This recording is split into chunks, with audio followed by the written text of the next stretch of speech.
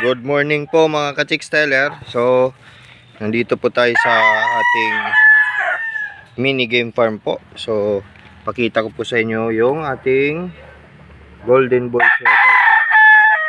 So, ito po ay 7 months old po. So, inuulit ko po, no animal harm in this video.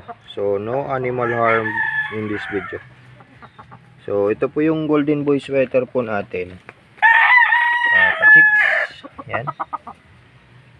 7 months old po to. Ito po yung signature line po natin na golden boy sweater. So yan po. Golden boy sweater po natin yan. So actually mayroon siyang kapatid. Mamaya ipapakita ko rin sa inyo mga kapatid. So ito po yung signature line po namin dito. Yung golden boy sweater po natin. So yan po sila mga ka-chicks. So ngayon holiday po, wala po tayong trabaho. So mamaya mag-grass cutter din po ako. So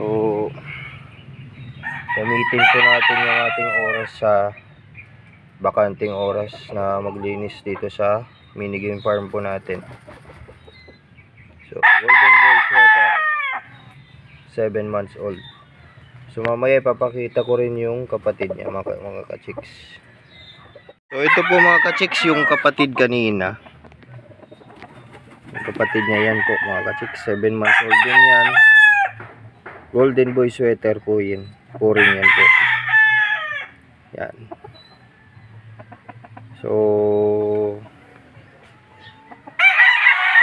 naka-maintain po yan mga ka-chicks. Purga, paligo, vitamins, yan po. Golden boy sweater po yan. Kapatid yan po kanina yung pinakita ko. 7 months old din. Standard station po. Timbang po niya is nasa 1.8 lang po. Yan po mga ka-chicks. Actually hindi po siya banded. So meron lang po, hindi po kami nagpapa-banded po. Hindi siya banded. So maybe next year magpa-banded na kami dito sa local lang dito sa amin sa Leyte. So yan po mga ka-chicks. Yan. Golden boy sweater. Yan.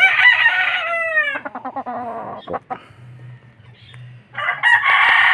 po mga ka-chicksteller, oh. Ito po yung kanina nasa fly pen. So maganda yung katawan.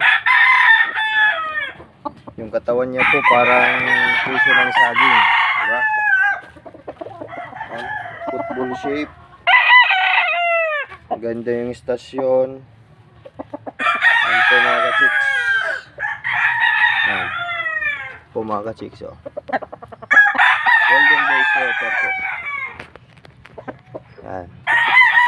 Golden boy sweater. Yan po mga ka-chicks. Yan. Golden boy sweater. 7 months old. Hop. Yan po. So, nulit ko po, no animal harm in this video. No animal harm in this video. So, for entertainment purposes lang po ito. Yan po mga ka-chicks. So maybe next year magparami din kami nito. Tapos dito sa Leyte. So baka magpa-banding na kami next year. So pwede na kaming magkuha na mga ka-chicks. Pwede na rin kami mag-commercial po. So pwede na rin kami magbenta. Kung sino lang po yung interesado. Yan po. Golden boy sweater. So yung ina po nito, yung inahin, nabili po namin sa Red Game Farm.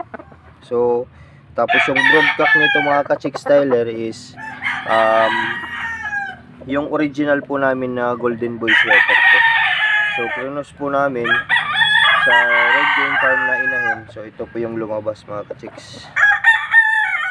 Ganda. So thank you po mga ka-chick styler sa mga subscriber po natin. Sa lahat po na nagbagong subscriber po, maraming salamat po mga ka-chicks. So sana po palagi po nating suportahan po yung Chick Styler TV. So sa next vlog ko po, papakita ko po sa inyo yung po natin yung prepare po natin na mixing na patuka po natin sa conditioning po. So mga Chick Styler, maraming salamat.